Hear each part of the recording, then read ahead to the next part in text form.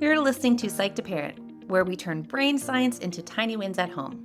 I'm Dr. Amy, your not-so-typical school psychologist, mom of two, and endurance athlete. I love a good data set and a diagnostic manual. But I also forget permission slips, overthink IEP emails, and occasionally replay the moment I snapped at my kids in the car. In other words, I'm in the messy middle with you, not above it. This show is for parents of big feeling, big thinking kids who are tired of vague advice and Pinterest perfect behavior charts. Each episode, I'll pull back the curtain on what I see in real evaluations, school meetings, my private practice, and my own kitchen, and translate the research into simple scripts, tiny routines, and nervous system friendly tweaks you can actually use.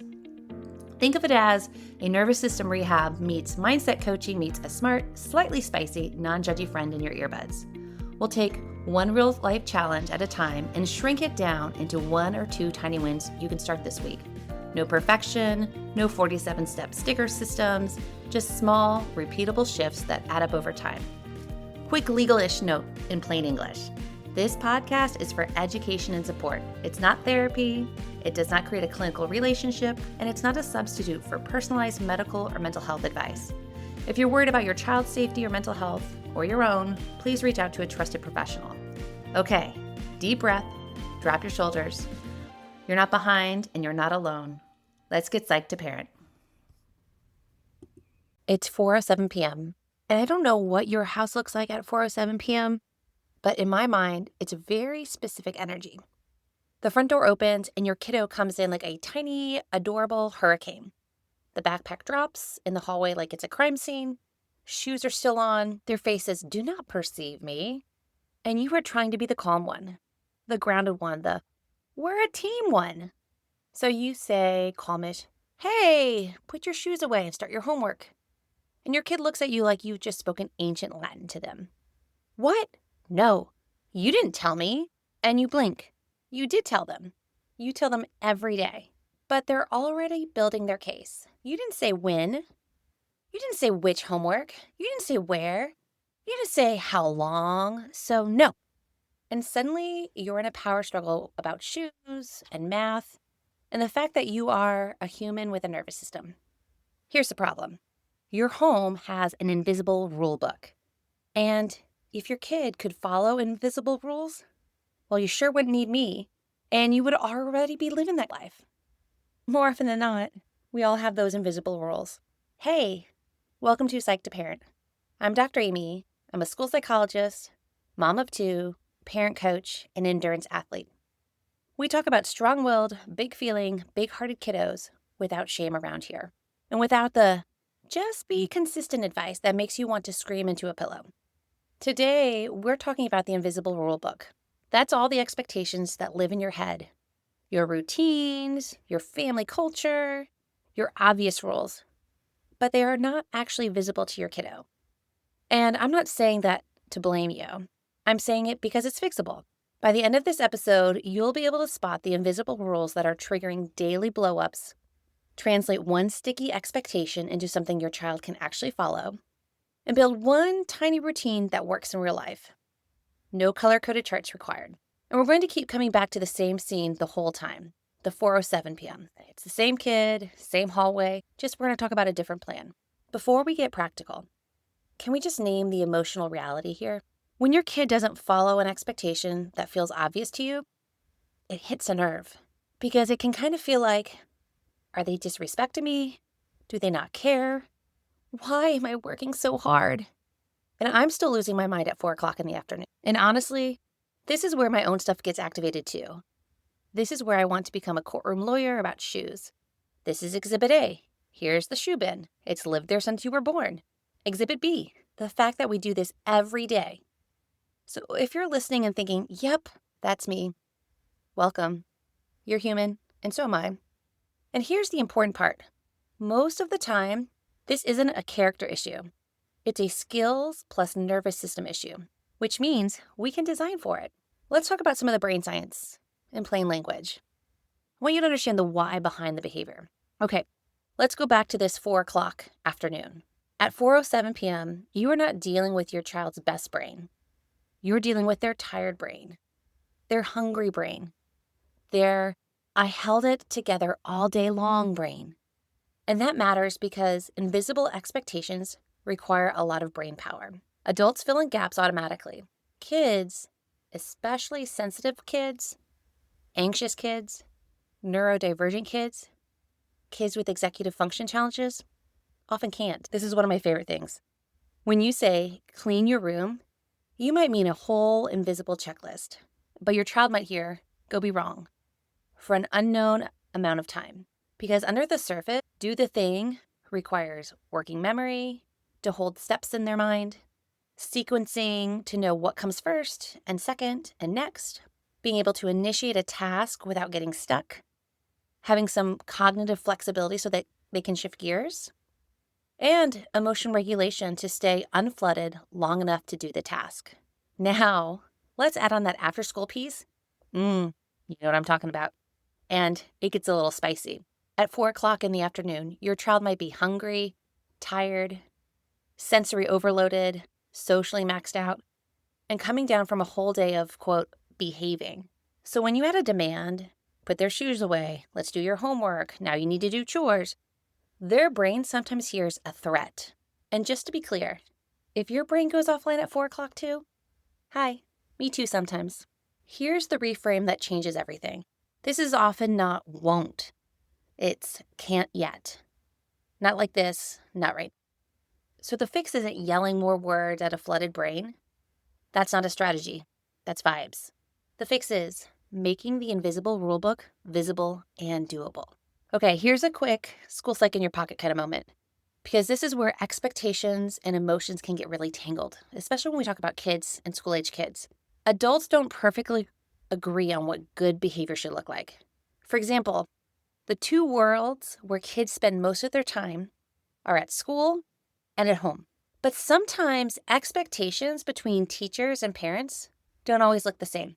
Teachers and parents often value cooperation, like following directions, but parents tend to put extra weight on things like self-control, and sometimes even assertiveness. And both groups tend to overlap on a few big critical skills, like following directions, controlling their temper with adults and peers. Here's why I'm telling you that. When adults don't share the same expectations, or we don't make expectations explicit, kids aren't being difficult just to be difficult. A lot of time, they're having a big reaction because they're confused or flooded or trying to protect a little sense of control. So when your kid melts down at 4 o'clock in the afternoon, I want you thinking like a translator. What's the invisible expectation here? What's the big feeling trying to tell me? That overlap, expectations plus regulation plus translation, is exactly why I made the big feelings decoder. Because when you can decode the reaction, you can respond with clarity instead of guessing and accidentally making it worse. So let's look at the invisible rulebook and look at what's actually inside it. Because most families aren't fighting about nothing. They're fighting about invisible rules. Rules that are real and important and, for the most part, totally logical, but they're living in the parent's brain. I'm going to walk you through 4 super common moments that I've seen in my practice. Things like after school, homework, screens, and bedtime. And after each one, I'm going to name 3 things. Number 1, what the invisible expectation usually is. Number 2, what it can feel like in your child's body. And number 3, what it looks like when you make it visible. Okay, here's real life moment number 1. This is after school and your kiddos just walked in the door. The invisible expectation might be come in, transition nicely, put your stuff away, and be ready for the next thing your parent or caregiver asks you to do. Now, what that can feel like in your child's body is, I just held it together for 6 hours. My brain is tired. My body is done. My stomach is rumbling. And now the first thing I'm hearing from them is a demand. So the conflict can look like this. You say, put your shoes away. They say, no, I'm tired. You say, why are you doing this again? And they say, stop bossing me around. And now you're both escalating over shoes. Making it visible means we stop relying on they should know, and you pick a tiny routine you can say the same way every day. Here's a visible version of what it might sound like. Here's the after-school routine. There's 3 steps. Shoes in the bin, snack at the table, 5-minute reset before we start homework. That's it. That's the whole page. Not get yourself together, clean up your mess, and act normal. Just 3 steps, same order, same work. And if your kid is the kind who wants to argue the whole routine, you're not defending it. You're not debating it. You're just repeating the sentence like a broken record with love. After school routine is this: shoes away, snack, Here's another real life moment I hear in my practice, and this is about homework. The invisible expectation is start promptly, work independently, stay focused, and be pleasant about it, and get it done. What that can feel like in your child's body is this: this is really hard. The steps are unclear. I'm not sure what to do. I'm feeling really tired.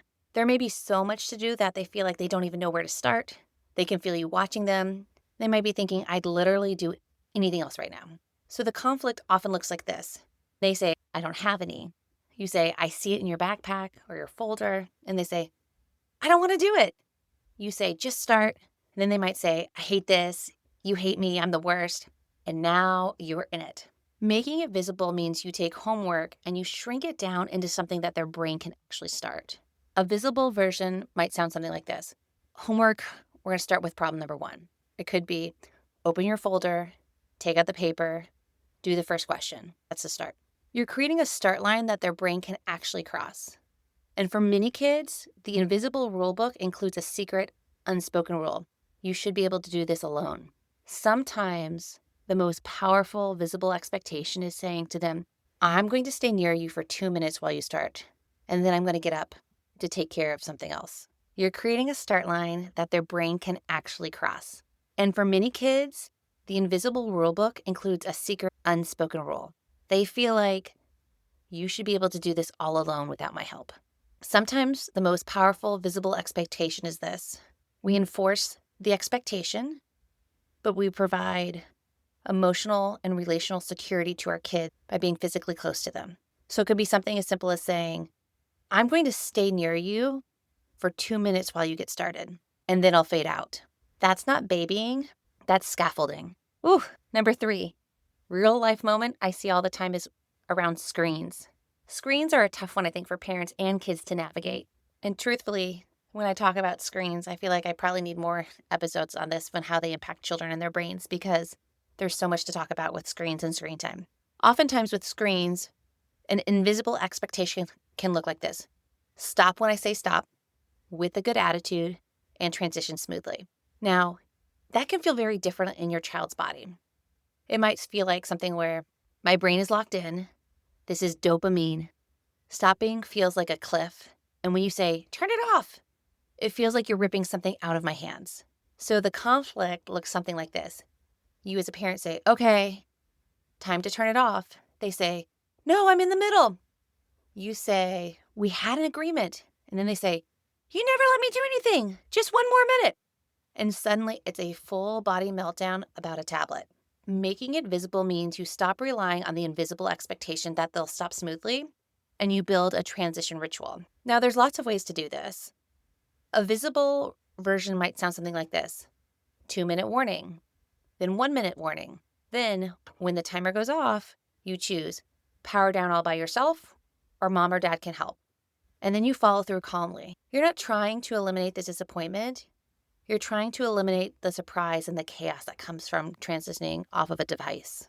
Another common moment I see is around bedtime. I think this is especially hard too when we've reached the end of the day and everyone's tired, and it's that last final push to be able to have some downtime for parents as well as for kids to get the important rest that they need so they can go function at school the next day.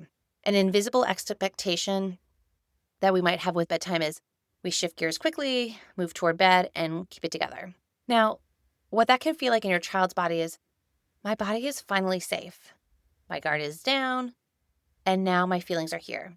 So a conflict can look like this, where you say, okay, bedtime. And then they might say, I need water. I need a snack. I forgot my library book. I need to tell you something important. And then you might say, no more talking. And they say, you never listen to me. And now bedtime has become this place where all the emotions live. Making it visible means bedtime becomes a predictable sequence with a clear done. So a visible version for bedtime might sound something like this. Bedtime is 5 steps. Bathroom, brush teeth, PJs, 2 books, lights out. And if your child tends to melt down at bedtime, the invisible expectation might actually be more like something like this. You should be able to go from busy to sleep without my support. A more visible and compassionate version might be something like this. You can say to your kiddo, your job is to complete the bedtime steps. My job is to help your body settle. That's co-regulation, where you let your kids borrow your calm. One more important note about this section, when kids push back hard, it's often because the expectation is invisible and too big, and the moment is flooded. So the goal is not perfect compliance. The goal is fewer surprises, smaller steps, more predictability, and a clearer picture of what counts as done. Now let's talk about a big feeling kid reframe here and what kiddos' behavior might actually be saying. Let's go back to the after-school afternoon at about 4 o'clock. When your child pushes back hard, and it can sound a lot like defiance, but it may be saying, I don't know what done looks like. There are too many steps and my brain can't handle them. I'm already maxed out. Any demand feels like an attack. If I start and it's hard, I might fail. So I'm not starting. I need some control to feel okay. So instead of asking the question of, why are you like this? The better question is this. What part of the expectation is invisible or too big for the brain today? The question turns a fight into a design problem. And a design problem is something we can work with. Okay, here are 3 parent scripts you can try and take from me. Let's make this usable. Each script has a job, and you're going to apply them to the 4:07 p.m. afternoon where we have the shoes, snack, and homework. But these really can be modified to fit different situations. Script number 1, define done. Now, this is a really helpful script because this will reduce arguing between you and your child. So it might sound something like this. Okay, sounds like this wasn't clear.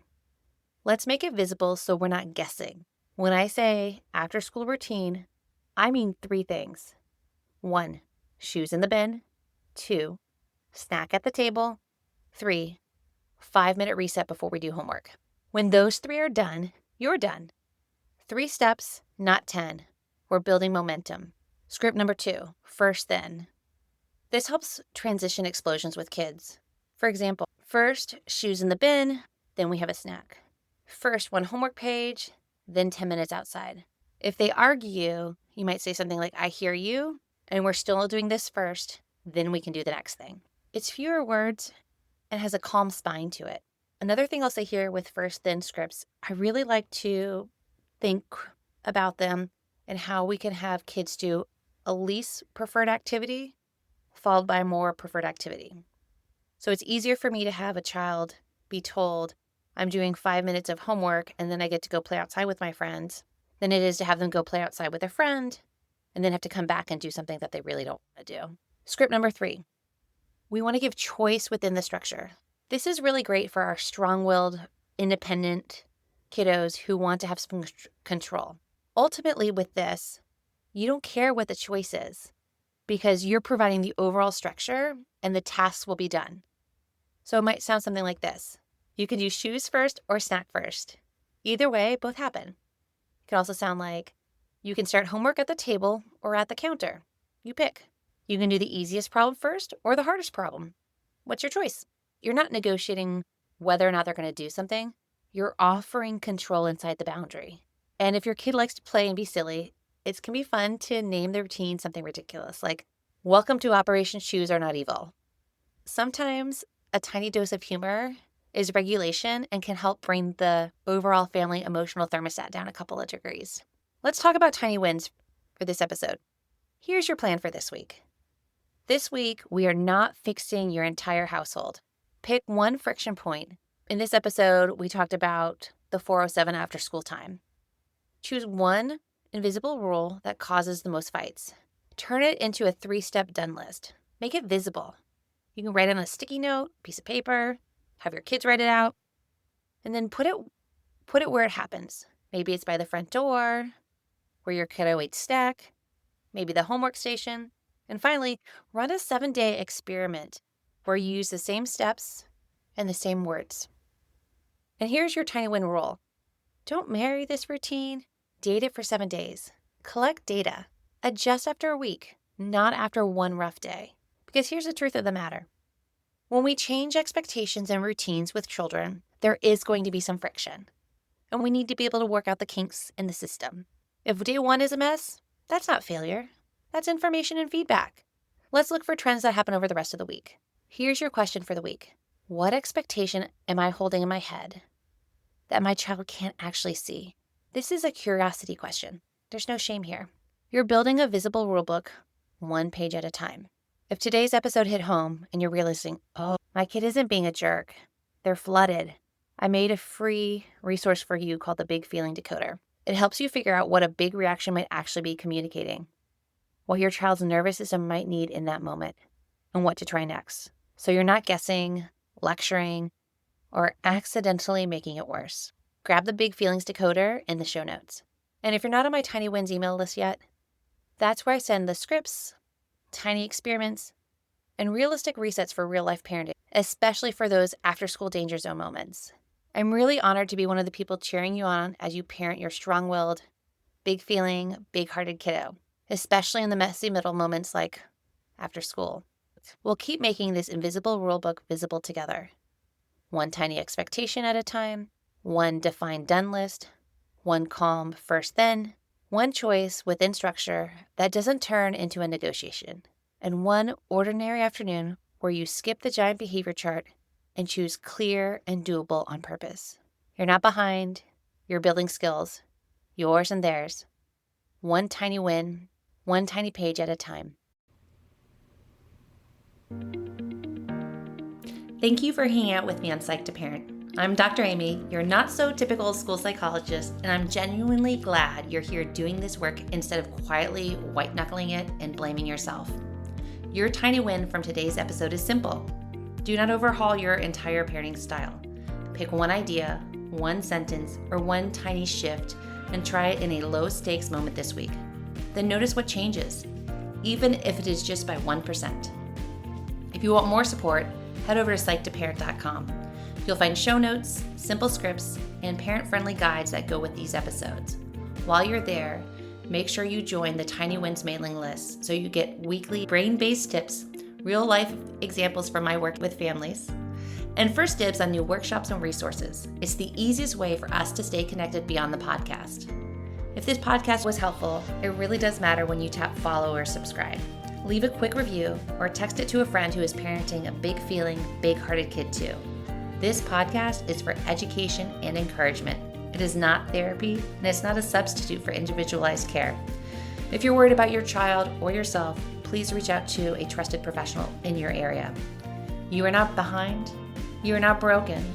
You are building something new, one tiny win at a time. I'll see you in the next episode, probably with a cold coffee in hand, cheering you on.